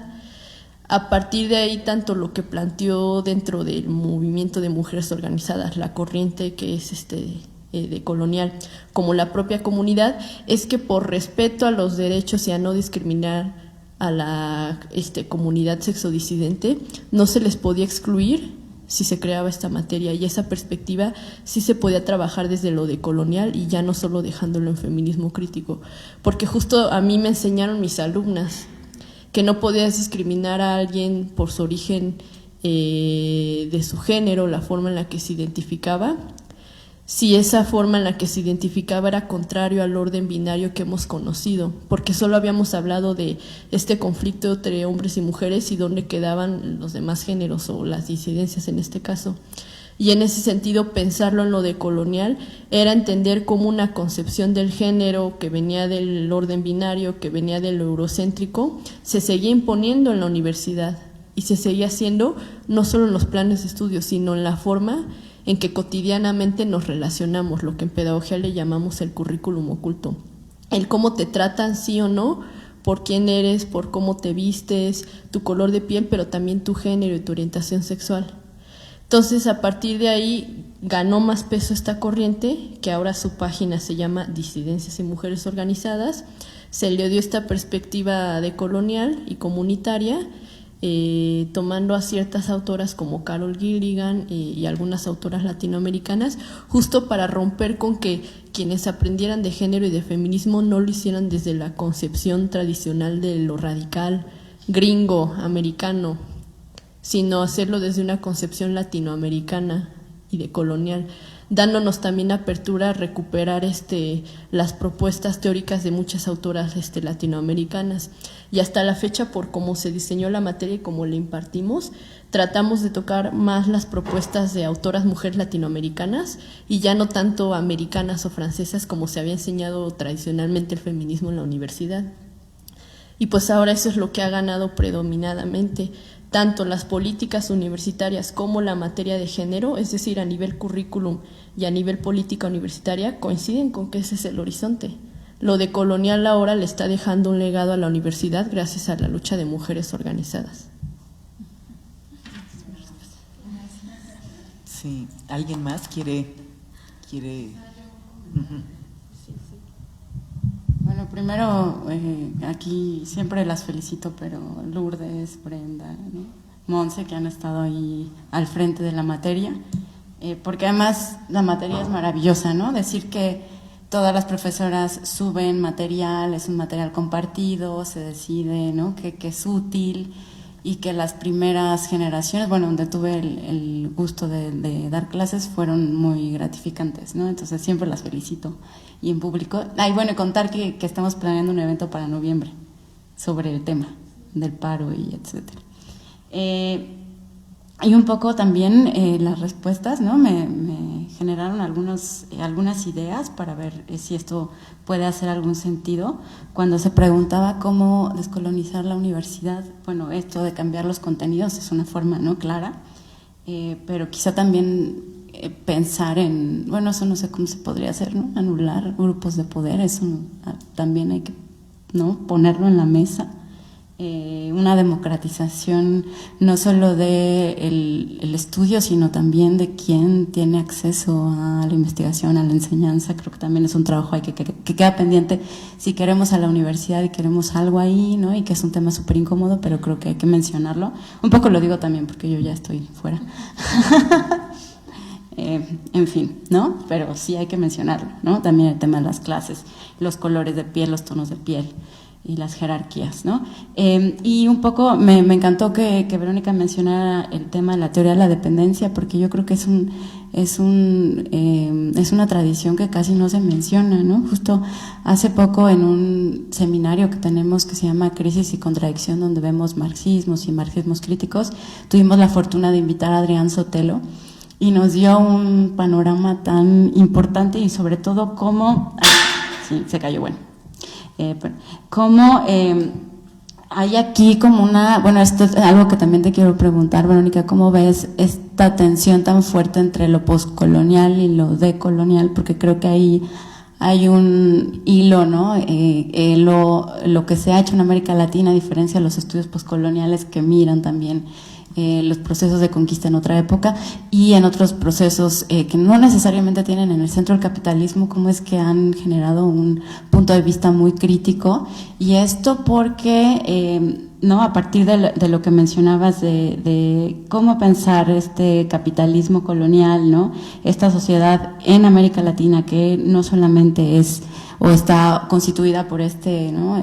Obrero blanco que va a trabajar y le hace su comida a su esposa y todo eso, heterosis, ¿no? Y todo esto.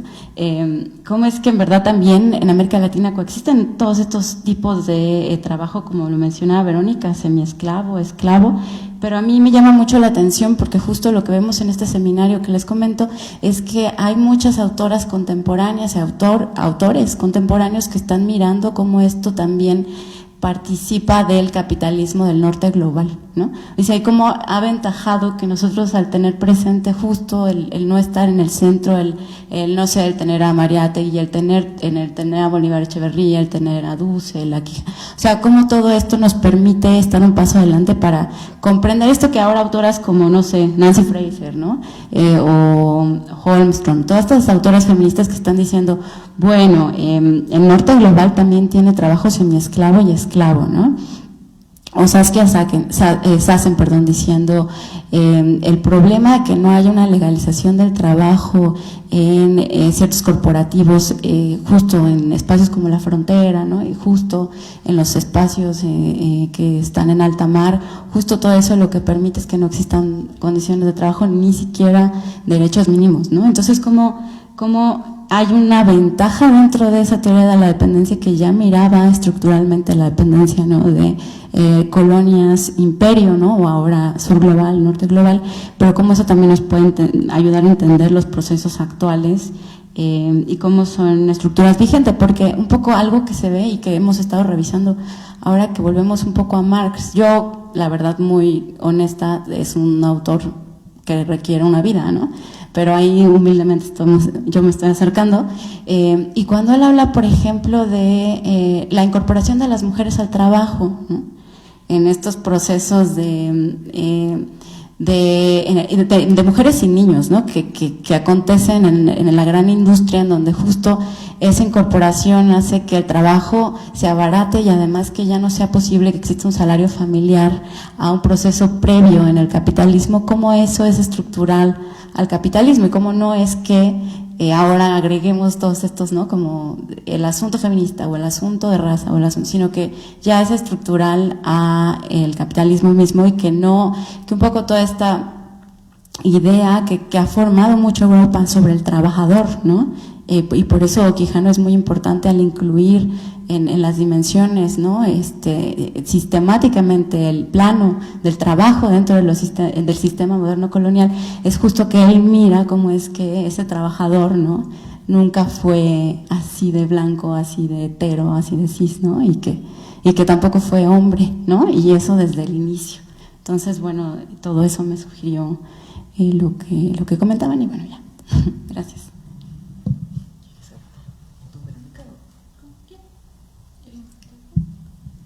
Sí, como reforzando un poco lo que me comentaba Cintia, ¿no? o sea, efectivamente, como los decoloniales, pero al mismo tiempo antropólogos latinoamericanos, ¿no? O sea, como muchas problemáticas que ahorita se están planteando en Estados Unidos son problemáticas que ya nos planteábamos en los 70s. Entonces, pues nada, o sea, justamente como pensar como en esas cuestiones de, por un lado, como resistencias frente al trabajo, como frente al trabajo comunitario que se está generando, frente a formas de un capitalismo global, ¿no? Que al mismo tiempo se beneficia de estas formas comunitarias. Entonces, eso, o sea, como más que como aclaraciones, como que todas estas cuestiones de la interseccionalidad, en vez de esclarecer, como que nos logran dimensionar y vislumbrar la complejidad de una estructura del poder, ¿no? Y al mismo tiempo como este poder, o sea, como ya regresando a Foucault, o sea, está confluyendo entre los sujetos, ¿no? Y estos sujetos, por un lado, cómo asumen, pero al mismo tiempo cómo se agencian de estas relaciones de poder. Entonces, como esta potencialidad misma de eso, de la capacidad de agencia, yo creo que es algo como muy beneficioso que podemos tener en el mundo, ¿no? Pero muchas gracias de verdad por tu ponencia, la verdad fue, bueno, el poquito que alcancé a escuchar, pero tu lectura, la verdad es que muchísimas gracias por ello, fue muy esclarecedor. Sí, pues ahora vamos a abrir a preguntas. Pues le voy a dar la palabra acá. Tú te doy el. Si nos das tu nombre y de dónde vienes.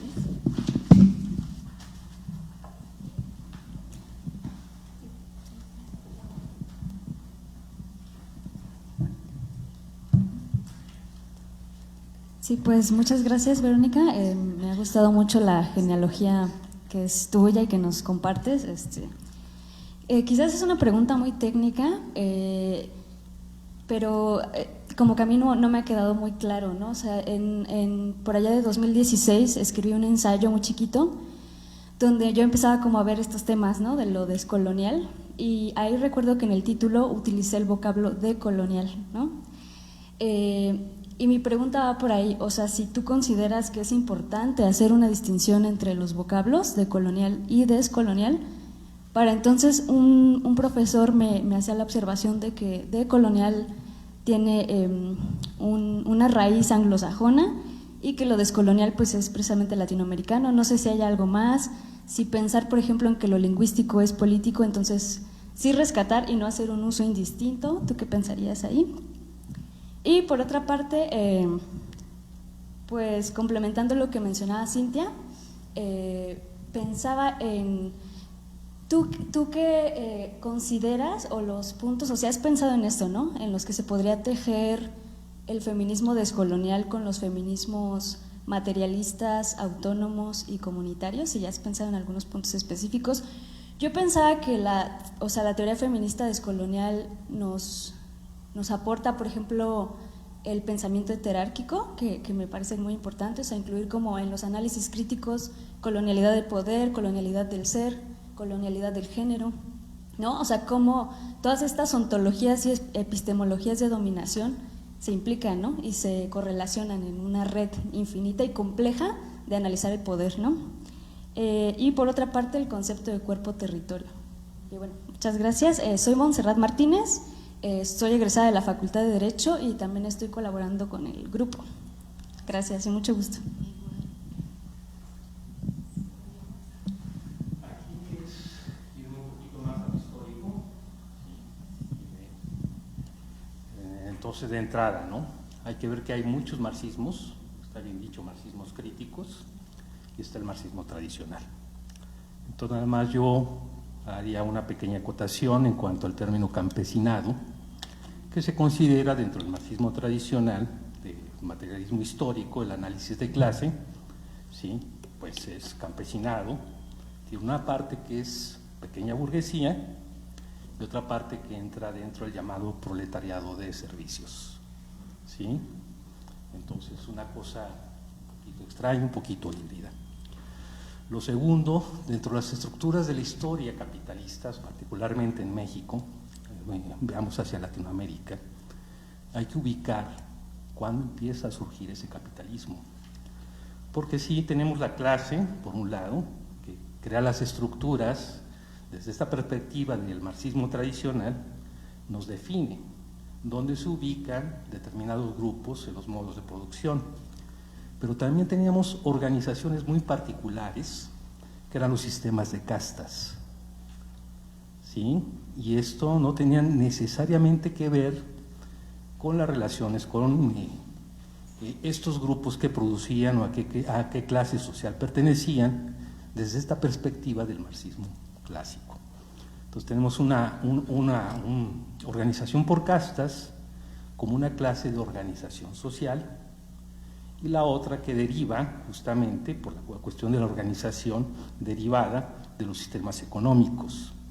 Entonces aquí mi pregunta sería fundamentalmente, ¿cuándo podemos considerar el punto exacto o un punto que delimite históricamente como una fecha, así como una marquita de inicio, que digamos a partir de esta fecha o a partir de este hecho histórico podemos encontrar que inicia el capitalismo en América Latina e inicia el capitalismo en México? Sí, porque ahí yo encuentro puntos que me causan ciertas cuestiones de confusión, ¿no? Y tenemos estas organizaciones sociales que, bueno, básicamente fue toda la colonia, los 300 años, la organización por castas, y esto que tanto permeó ya en el siglo XIX a partir del movimiento de independencia. Ahí es donde yo tendría con pequeñas dudas, ¿no? Que sí necesitaría tener como más claras.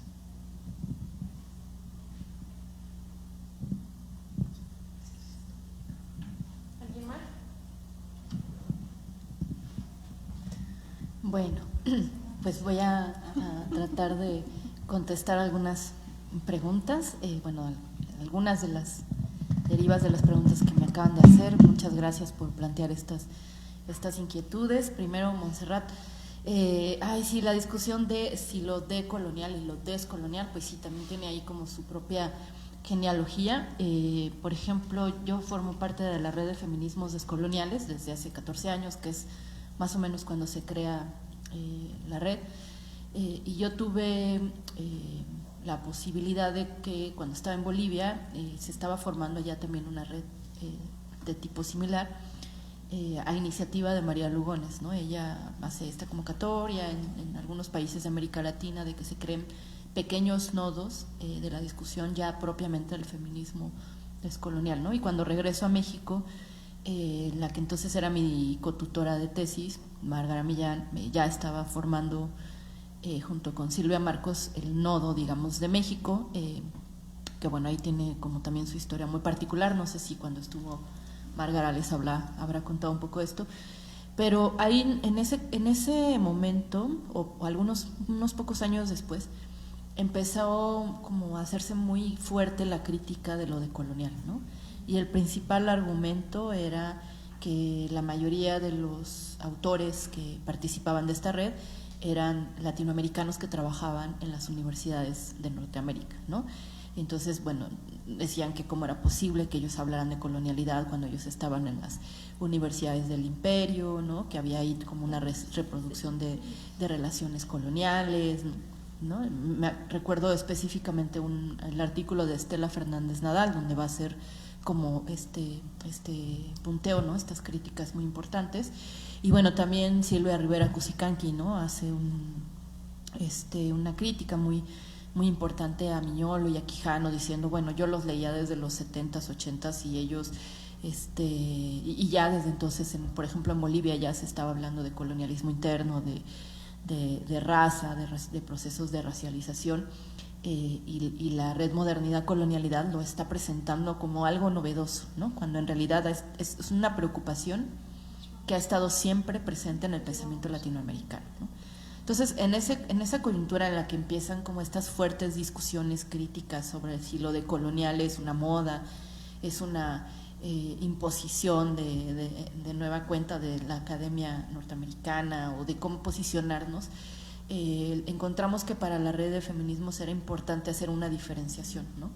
Y por eso no hablábamos de decolonial, o no nos sumamos como tal a la red Modernidad Colonialidad, sino que nos asumimos como descoloniales, considerando que el que la S participe de la palabra significa que estamos hablando de prácticas de descolonización, ¿no?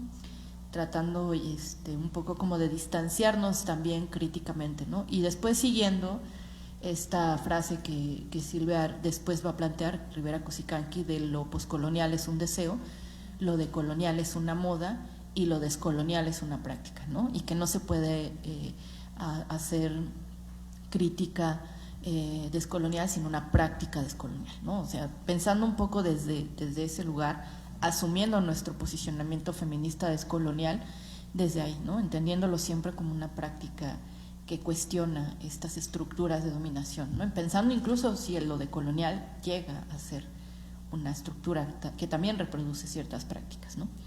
Y además, pues el elemento importante creo que tiene que ver con las distintas formas en las que la discusión de lo descolonial o decolonial se va a recibir en América Latina, porque va a ser muy diversa. No es lo mismo lo que sucede en México que lo que sucede en Colombia, por ejemplo, donde está Santiago Castro Gómez, y hay un grupo de intelectuales que desde los 90 ya están dando, digamos, esta discusión, o en Argentina, que se va a generar el grupo de estudios poscoloniales, ¿no? Donde hay un feminismo poscolonial, ¿no? que digamos que articula a Karina Vidaseca y que lleva también muchos años convocando a las jornadas de feminismo descolonial y el Congreso de Estudios Poscoloniales, ¿no? O sea, y que lo hemos comentado en distintos encuentros de cuáles serían las razones por las cuales seguirse nombrando poscolonial, cuando ya al correr de los años hemos hecho como estas distinciones de, bueno, lo poscolonial pertenece más a esta tradición, lo decolonial a este momento histórico particular latinoamericano, y lo descolonial implicaría hacer como una lectura de toda esta trayectoria, ¿no? Entonces, bueno, yo creo que hay todavía muchos elementos. Estoy pensando en el giro decolonial, ¿no? Cuando se publica este texto en particular, ahí también ellos están estableciendo por qué hablar de decolonial y no de poscolonial o de descolonial, ¿no? Entonces, creo que habría varias lecturas, pero nosotras nos hemos posicionado desde ahí, y creo que eso nos permite situarnos también de manera distanciada, no entrar en este debate o en esta discusión, sobre todo en los últimos, yo creo que 2-3 años, que se ha generalizado tanto el concepto de lo descolonial, que luego también hemos coincidido en la red de, bueno, nos seguimos nombrando descoloniales o ya no, un poco lo que sucede con el término feminista, ¿no? Que también hay, por muchas cosas, muchas discusiones, también nos hemos preguntado, bueno, ¿y nos seguimos nombrando desde ahí, o ya somos mujeres que luchan, o cómo nos nombramos, ¿no? O sea, yo creo que es parte de las mismas disputas políticas que hay al interior de movimientos que están vivos, ¿no? Y que están generando conocimiento permanentemente. Bueno, no sé si más o menos contesté tu pregunta. Y para el compañero que preguntó sobre la clasificación de las clases y cómo pensar el campesinado y el proletariado, pues yo creo que ahí hay también otro debate que pues, incluso con estos nuevos marxismos o nuevas lecturas del marxismo pues se han replanteado, ¿no? Y yo creo que ahí también lo decolonial, que esa es una de las críticas importantes que se les han hecho, que no está tan estudiado o tan desarrollado el problema de la clase como está el de la raza y el género, o sobre todo el género en los años más recientes. El sistema de castas, yo pienso que era más una relación de cuerpos ya propiamente lo que podríamos llamar en el presente racializados, ¿no? Las castas no tenían necesariamente, digamos, no, una casta no estaba constituida por el lugar que ocupaba en la organización de la producción en la época colonial, tenía que ver con el lugar racial, ¿no? Los indígenas, los negros, los españoles y los distintos cruces que van a empezar a reproducir, sobre todo pensando desde esta idea que se hereda en la colonia, que es la pureza de sangre, ¿no? Y en función de eso es que se puede hablar de castas. Yo ahí no identifico propiamente una relación de clase como tal, ¿no? Y que también es problemático.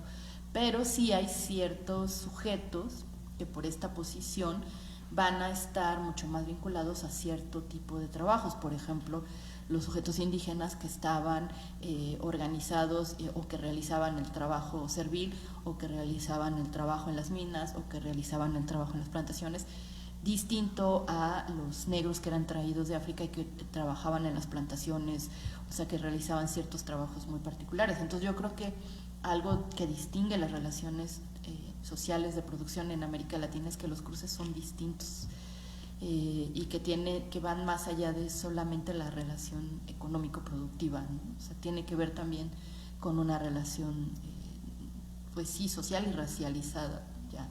Porque para Aníbal Quijano, en realidad, la idea de la raza pues es una invención moderna del propio sistema capitalista, que lo que posibilita este momento de acumulación originaria del capital, ¿no? O sea, tratando un poco de contestar a tu segunda pregunta de cuándo inicia el capitalismo, bueno, Aníbal Quijano dirá justo 1400, no, el 12 de octubre, así le pone una fecha, ¿no? El 12 de octubre de 1492 inicia este proceso, ¿no? La participación de América en el proceso de acumulación originaria de capital a través de este trabajo no remunerado, que finalmente va a posibilitar que se den las condiciones para el desarrollo industrial, etcétera, etcétera, que la misma Silvia Federici va a plantear también en Calibán y la bruja, ¿no? Y ahí diciendo, es el trabajo de las mujeres no remunerado y la reproducción y el trabajo reproductivo el que posibilita que se dé. Entonces son estos dos procesos de manera articulada los que van a posibilitar que el capitalismo, o sea, no fue el resultado o no fue solo el resultado del desarrollo de las fuerzas productivas, ¿no? Fue el resultado de la explotación del trabajo finalmente, y de un trabajo que no fue remunerado y que no fue históricamente reconocido. Entonces eso creo que podría contestar desde la perspectiva de la colonialidad del poder. Bueno, creo que eso. Espero que te haya contestado. Sí. Pues no sé si alguien más aquí de la mesa, Cintia, Monse, Brenda. ¿Los comentarios en internet o algo así? Sí. Pues hay preguntas. Si hay preguntas en internet o algo así. Sí, yo había recibido aquí de una compañera, una colega que nos está siguiendo en redes, que pregunta sobre la experiencia, o sea, las epistemologías feministas sobre la figura de la experiencia en el centro, ¿no? ¿Qué podrías decir? Sí, y justo esa parte me faltó, también la traía un poco, porque una de las últimas investigaciones que pudimos hacer ya en el contexto de la pandemia era precisamente, junto con una colega amiga, Lourdes, una investigación sobre el discurso de las mujeres zapatistas, ¿no? Porque yo creo que justo desde la experiencia militante de las mujeres zapatistas, particularmente en la organización de los dos encuentros de mujeres, de mujeres que luchan con mujeres del mundo, ahí va a haber como un momento de, digamos, de recambio, de reposicionamiento de los feminismos latinoamericanos, ¿no? Y yo creo que ahí algo sucede, ¿no? Se dan como movimientos importantes, digo, las que tuvimos la posibilidad de participar de esos encuentros, pues vimos ahí como muchas tensiones que estuvieron jugando, ¿no? En todo lo que ahí se vivió. No sé si las colegas estuvieron ahí presentes, fue precisamente toda una experiencia, porque desde mi perspectiva el feminismo que vivimos hoy es un feminismo que se hace en la experiencia, ¿no? que tomas conciencia de tu ser mujer o de tu cuerpo o del posicionamiento que tienes en la organización capitalista global, pues a través de la experiencia, ¿no? Y es lo que vemos sobre todo en las materias de feminismo y género que se imparten en la facultad, en las colectivas y en todas las discusiones. Y yo creo que es algo que se ha, como estaba tratando de elaborar, se ha formado mucho a partir de la experiencia de los que nos aporta la experiencia de los encuentros con las mujeres zapatistas, ¿no? Que ellas van a plantear, desde mi punto de vista, superar o ir más allá de la idea del feminismo, ¿no? Como un lugar en el que ya había como un jaloneo, ¿no? De quién es el sujeto político del feminismo, y ellas van a decir las mujeres que luchan, ¿no? Y desde mi punto de vista, desde una crítica anticolonial, anticapitalista y antipatriarcal, ¿no? proponer que frente al embate a esta crisis sistémica global que estamos viviendo, lo fundamental es volver a colocar la posibilidad de seguir reproduciendo la vida en el centro, y eso implica posicionarse políticamente frente a todas estas relaciones de desigualdad, de subordinación. Y es un ejercicio que, como estaba diciendo, pues se realiza a través de la propia experiencia, ¿no? Del lugar en el que estás posicionada en este sistema complejo de múltiples dominaciones, ¿no? De heterarquías, ¿no? Como comentaban por aquí. Bueno, no sé. Por ahí, creo. Y bueno, aquí ya me llegaron más de las redes. Tere Ortiz, saludos desde Coyoacán. Jocelyn Vélez también desde Puerto Rico. Comentan que Rita Laura Segato describe muy bien la epistemología en su libro Guerra contra las Mujeres. Por analogía, se puede describir a través de la teoría de Bourdieu y la teoría de los campos de poder, preguntan. Saludos de Gisela Báez de Puerto Rico. Qué excelente análisis, te felicitan. Les gustó mucho la parte de la transformación universitaria. Y Xochitl Valencia dice, ¿cómo decolonizarían a las feministas académicas? Ay. Ay. No, pues, Ouch.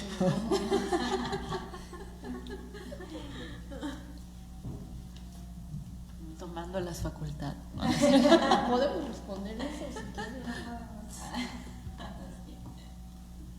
A ver si quieres.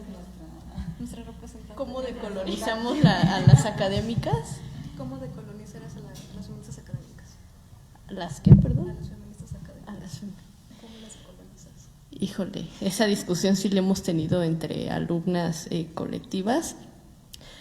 Pues primero, o sea, de lo que a mí me ha tocado ver sobre esas discusiones de cómo decolonizamos la academia y a las feministas académicas, o sea, tiene que ver primero con una cuestión de volvernos a ver como personas y no quedarnos solo con la idea de que un título o un grado nos hace superiores. Sobre todo por esta cuestión que hay, volviendo a esta parte colonial, de que se crea que hay una superioridad moral y de conocimiento por tener un grado o un título o una especialización o un diplomado, cuando en realidad eso solo funciona dentro de ciertas esferas con cierta estructura. Porque en otros espacios, en otras comunidades y en otros lugares no importa si tienes un título o un grado, sino importa quién eres en ese espacio y lo que haces, ¿no? Y un poco pensando aquí, ahorita que mencionabas lo de lo que han hecho, por ejemplo, las zapatistas, y que nos han enseñado esta lección, por ejemplo, pensando también en las escuelas zapatistas, que tendremos que educarnos y aprender a construir los espacios y las instituciones educativas como lugares comunitarios, donde nos veamos como personas y no seguir replicando todos estos discursos o estas prácticas colonizadoras que incluso desde la propia academia feminista seguimos perpetuando, a pesar de que se supone que estamos hablando de romper el techo de cristal o dejar el piso pegajoso. Entonces, yo pondría como ejemplo lo que está pasando con la Facultad de Filosofía y Letras con la materia de género, que de verdad sí se ha hecho una lucha por hacer una cuestión más comunitaria, así tengas título, licenciatura, doctorado, si seas adjunta, o sea, seas quien seas, trabajar comunitariamente por enseñar algo compartiendo trabajos, materiales y cosas, y ya quitándonos ciertas etiquetas, porque nos dimos cuenta no de ese problema que había de crear estas diferenciaciones, y cuando se trata de hacer trabajo de base, trabajo de campo, que es enseñar, por ejemplo, a los grupos, a tus estudiantes ya no les tendrá por qué importar si tienes un grado, ¿no? O si hiciste un posgrado en el extranjero, sino la persona que eres al frente del grupo y cómo manejas los temas en el sentido más humano de la palabra, con toda la humildad que se necesita para buscar la transformación y no tener algún tipo de posición de poder, algún tipo de beneficio, ¿no? con todo el respeto que merecemos en la academia, de sí cobrar por lo que hacemos y por lo que estamos trabajando, pero no lucrar con eso de más partiendo de quienes tienen ciertas necesidades. Entonces, al menos son cosas que hemos problematizado nosotros en la Facultad de Filosofía y Letras de la UNAM, y creo que muchas académicas están ahorita aprendiendo de eso y están luchando porque ya no se reproduzca y que estas dinámicas que cambien eventualmente lleguen incluso a cambiar la propia estructura de la universidad o sus propios reglamentos o sus propias ideas, ¿no? Ir poco a poco cambiando desde adentro para que la universidad que tengamos sea una universidad auténticamente latinoamericana, no sea en la misma estructura colonial heredada de la Real Pontificia.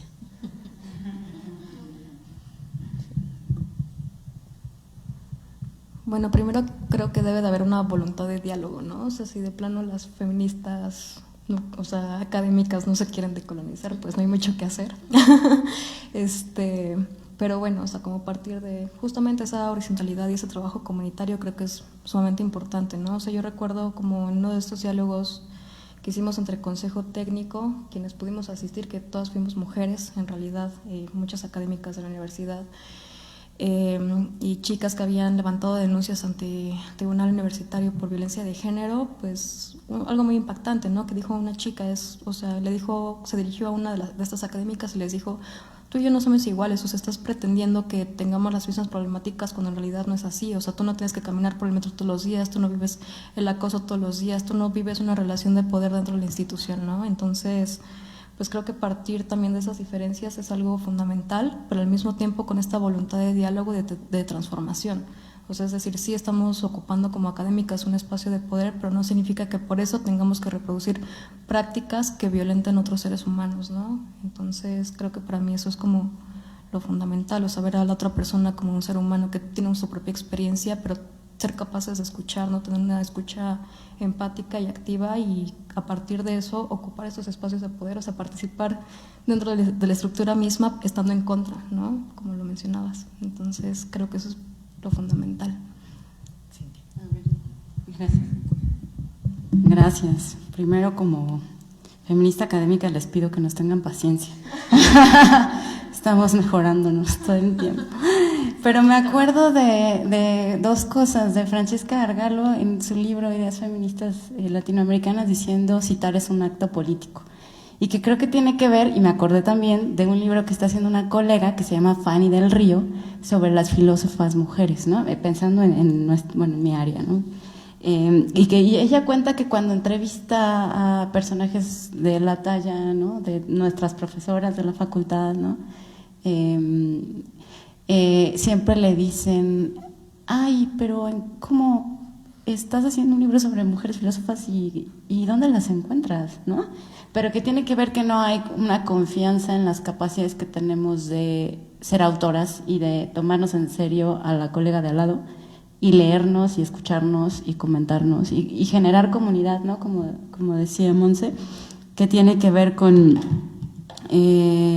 reconocer que hay actos decoloniales o descoloniales que tienen que ver, y aquí me acuerdo mucho de lo que dice Andrés Roig cuando habla del proyecto latinoamericano, de ponernos a nosotros mismos como valiosos, ¿no? Bueno, aquí serían nosotros mismes como valioses, ¿no? Pero bueno, sería como esta reinterpretación, un paso, ¿no? Pero insisto, ténganos paciencia. Pues yo creo que, como dice Brenda, que sí, la facultad está dando un ejemplo, ¿no? La verdad no conozco mucho cómo se está haciendo en otros lados, pero creo que lo que se ha ido logrando en Filosofía y Letras ha sido pues muy emocionante, ¿no? Creo que colectivo, hay como un ambiente de generosidad, de compartir y de horizontalidad, y creo que eso se ha logrado gracias a la presión política de mujeres organizadas y pues el compromiso político de académicas y pues también de autoridades y de la nueva administración, ¿no? Una geógrafa que piensa diferente a quienes vienen de la filosofía, de la historia, de las letras. Creo que el que ahorita esté una geógrafa es histórico, ¿no? Y una geógrafa como muy sencilla, muy adaptada, no sé, otras formas menos androcentradas y jerárquicas y autoritarias. Pues sería lo que yo tengo que decir.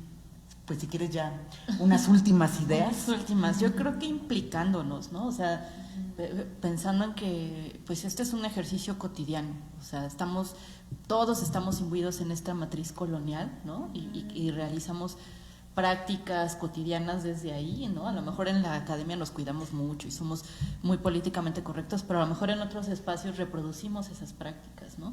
Entonces yo siempre recuerdo mucho esta idea de la vigilancia epistémica, ¿no? Hay que estar constantemente alertas, revisando nuestras prácticas, revisando nuestras formas de relacionarnos y también reconociendo que pues venimos de esto, ¿no? O sea, de esta historia colonial de la que tampoco es que me la quito y ya no pasa nada y ya no soy, y estoy totalmente descolonizada. O sea, yo no creo que exista algo así como soy descolonial y entonces ya soy feminista descolonial y entonces ya eso soy qué, ¿no? O sea, no creo, yo creo que es un proceso, es un trabajo, por eso digo hay que implicarnos. Estamos involucrados, ¿no? En estos procesos de descolonización y bueno, también en ciencias políticas pues la experiencia de organización de mujeres ha sido maravillosa con compañeras estudiantes, con adjuntas que han sido pues sumamente inspiradoras, pero de las mismas colegas, ¿no? Que a veces ni siquiera las conocía, así que con el trabajo que se ha generado a partir de todo esto, de todos estos cambios, pues conoces gente súper interesante. Entonces a mí me parece que ese es justo el trabajo colectivo, el trabajo comunitario, lo que puede como continuar en este proceso de descolonizar la academia, que sí es un trabajo pues muy fuerte, ¿no? Muy innecesario además. Pero bueno, creo que ya con eso cerraría.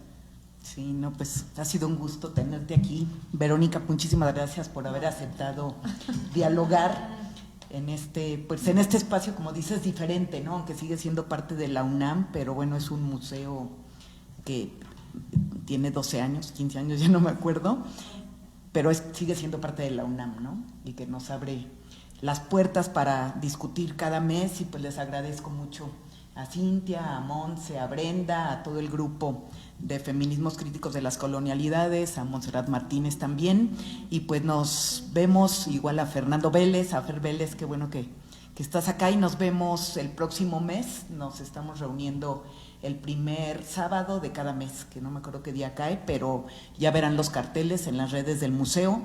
Pues te agradezco muchísimo a nombre de la Federación Mexicana de Universitarias y te doy tu constancia por haber estado aquí. Y pues agradecer también mucho a todo el equipo del Museo de la Mujer que siempre nos apoyan y a quienes estuvieron siguiéndonos en las redes y quienes vinieron aquí a disfrutar también de esta exposición tan bonita que hay ahora. Pues muchas gracias, pasen buenas tardes y buen fin de semana. Gracias.